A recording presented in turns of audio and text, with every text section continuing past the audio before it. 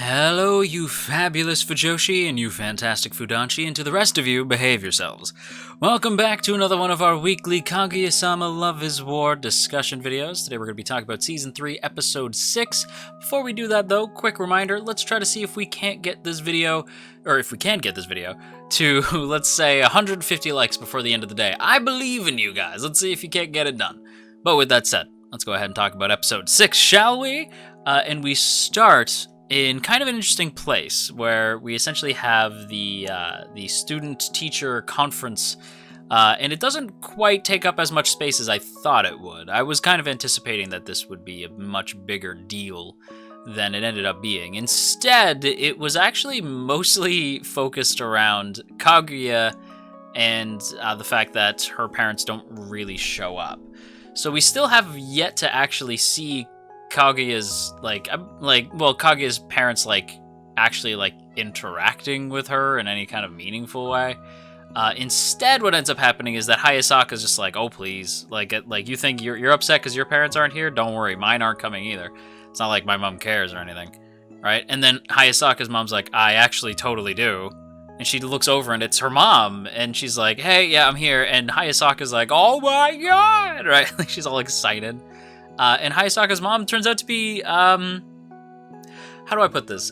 She is absolutely 110% top tier, and the viciousness with which she enjoys seeing Kaguya squirm is very much like her kid, very much like our Hayasaka.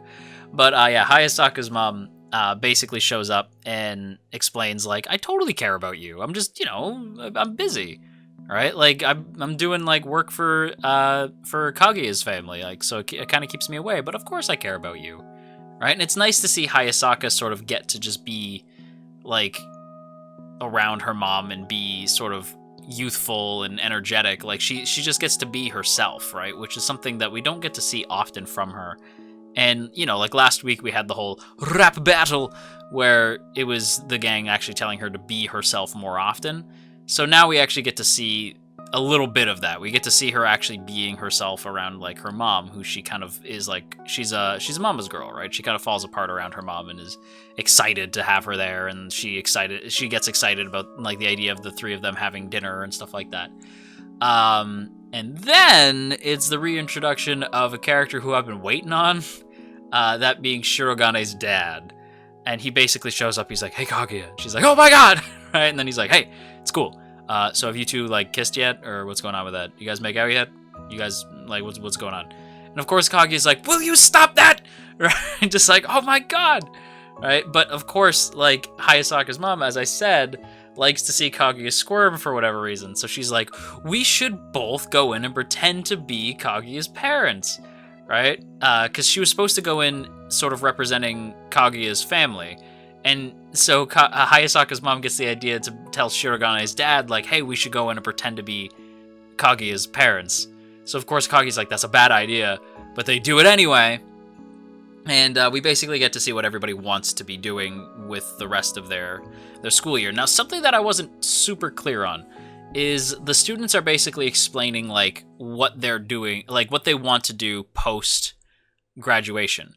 And I believe the character's name is Nagisa, says that she's probably going to just stay at the school. She'll just stay at Suichin, I believe is the name of the school. She's just going to stay there, which I was like, wait, so is this, because it said Nagisa chooses to stay at Suichin's academy for Academy's or to go to Suichin Academy's university.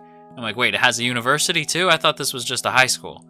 Right, so I was like, okay, that's kind of interesting. So the students choosing to leave their high school to go to a different university is interesting to me. Because I'm like, why would you not just stay there? I don't know. To me, I'm like, that's weird. Because it already seems like a prestigious school. Why would you go to another school? I don't know, it just seems weird.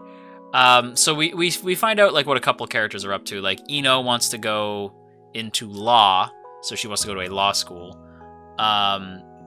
Chika threatens to be the prime minister at some point, which I think is hilarious.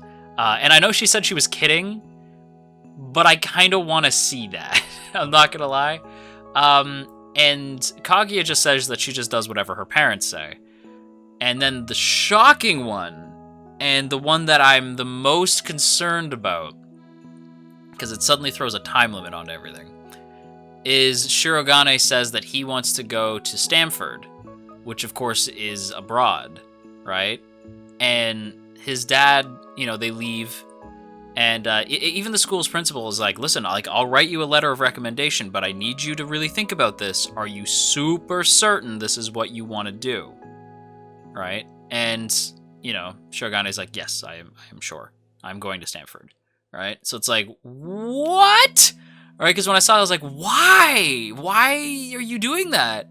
Like, maybe this was his plan from the jump, but I'm like, okay, you love... Okay, to quote Donkey, you love this woman, don't you? You want to hold her, please her. Then you got to try a little tenderness. Chicks love that romantic crap, right? If I might quote Donkey. Shirogane, my boy, if you love this girl, and you truly do, might I suggest just going to a university in Japan instead? You can still have a very high level of education. You don't have to go abroad. At least not yet. You know, like, maybe you and Kaguya can graduate, you can do things, and then you can go abroad traveling together, right? To me, I was like, I don't agree with that decision. But that's the decision he makes, and his dad, you know, they leave, and he goes, listen, like, not every decision, or not every choice is right from the beginning, and time travels in the blink of an eye, so if you have anything that you have left to do in Japan, I suggest you do it now, right? And Shirogane realizes, like, okay, if I can't get Kaguya to confess before, I forget what he says, like, if he can't get Kaguya to confess before a certain time, before a certain event, then he'll just do it himself. So it's like, whoa, right? So I was like, oh shit. So that definitely puts a timeline on things. So he's like, if I can't get her to confess, then I will do it myself. And it's like, oh my goodness. And Shirogane just realizes, like, if we're going to date, it has to be before I leave, because we don't really have a whole lot of time, right? It's not like they can start dating and then immediately he just travels abroad. Like, that would suck. They just immediately become long distance, you know?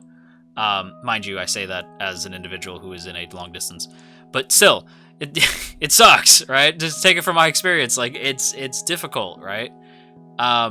So, you know, you if you have the opportunity to date before you go long distance, I would highly suggest it. So he's basically just saying, like he's realizing, like, that he has this time limit on him now. And I'm not gonna lie, part of me is thinking that he's not actually gonna go. Like, if he does go, I'd be really surprised. But I have a feeling, like, Shirogane probably won't go. Just because it feels weird to be like, I love you, Kaguya, and now I am leaving, right? Like, that would suck. I would hate to see that, because we've been building this up for so long. I want to see these two, like, because the thing is, right? No matter what happens, even if these two confess, I have a feeling the show's gonna keep going, because the show feels like at this point it's not so much focused on the will they, won't they. We know at this point they will. Right? At this point, they both have feelings. We both know they're going to confess. Like, we've known that since episode 1. And we've seen them get so close so many times. We see it this week. Like, where he tries to ask Kaguya out on a date, and it just doesn't go well. Right? But we know that they're trying. Both characters are trying. So my guess is that one of them's going to confess, maybe by the end of the season. Right? But the problem is, or not the problem, the thing is, once you get together, it's not like it's just like, and then it was happily ever after. Like, no, right? Love is war doesn't just, like, that. Love does not just end at confessions, right? Like, love continues. Love is war, never ending, right? Like, so my guess is that when Shirogane and Kaguya eventually confess and start dating, there's going to be a whole new like level of, like, oh my god, right? Whole new battles on the battlefield of love for them to fight, right? Like, it's going to be convincing Kaguya's parents to let this even happen at all, right? Shirogane battling with what it means to go long distance, and, like, them maybe considering not going long distance, or Kaguya also going abroad. You know, like a whole bunch of things. There's a whole cavalcade of things that you have to think about, right? After that, it's like first dates. Oh man, imagine this, like the level of like non-battle battle shonen shenanigans that could happen on a first date, on an anniversary, or like on the month after dating, an anniversary. How do you tell friends? How do you keep the secret if you don't want to tell friends, right? Like all this stuff, like how, like what happens, right? Because maybe Kaguya and Shirogane don't want to tell people, right? Maybe they got to keep it a secret. Then the whole game becomes like keeping it a secret. It's just, there's so many avenues you could go post confession, to the point where I don't want him to confess and then leave. I don't want that to be the end of the show, you know? I want to see, I genuinely want to see this series progress like well past them graduating. Like I want to see what happens after. I just think it'd be interesting. I just think it'd be really cool. And on top of that too, like it's interesting that we just see Shirogane like asking the others too, like what they think of him, scaring the shit out of Ino, by the way. But it's interesting to see Chika pretty much say that like normally her type would be somebody like Shirogane, but she just doesn't see him like that, right? Like she really, I'm not gonna lie, Chika was mean this week. I was like, that's really mean. I didn't like how mean she was.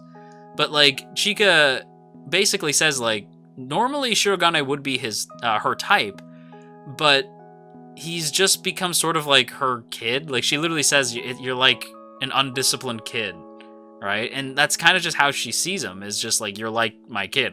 I raised that boy. It's my favorite joke in all of anime. I raised that boy. I say that shit all the time. I raised that boy. But that's how Chika feels. She feels like she basically raised the dude. So it's hard to really see him as any sort of like romantic partner. And meanwhile, Kaguya thinks that he's great as he is. You know, like it's just cementing like these characters, like like these two, they're just friggin' they belong together. Kaguya and Shirogane are supposed to be together, even though Shirogane had a very lovely date with with my boy. Like Ishigami and Kaguya. Ishigami and Shirogane having a lovely date, you know, like if you're Chika, maybe you ship it. But no, obviously Kaguya is supposed to be with Shirogane, and the ship is strong, right? Like they have amazing chemistry. I think they are really good for each other. It's the thing that I love to see in canon ships, right? Where it's not just they're forced to be together because the plot says so. Obviously the plot says these two have to be together, but they have genuine chemistry. They really would be good for each other. They'd complete each other. And you don't always get that from canon ships, but with Kaguya, you get it. But yeah, that's basically all I have to really say this week. It was just another really solid, funny episode. I do miss the ED from last week, going back to Princess Kaguya, like in the whole Starship Troopers motif. Like I do love that ending. It's cool to see it, but like, yeah, I'm not gonna lie. I kind of wanted non-fiction again, because I don't know. It's just a cool ED. But yeah, that's pretty much all my thoughts. So until next time, outro. And that's gonna do it for today's discussion, everybody. I hope you guys enjoyed. Thank you so much for listening. As always, I want to give a big thank you to the lovely people who help support us over on Patreon.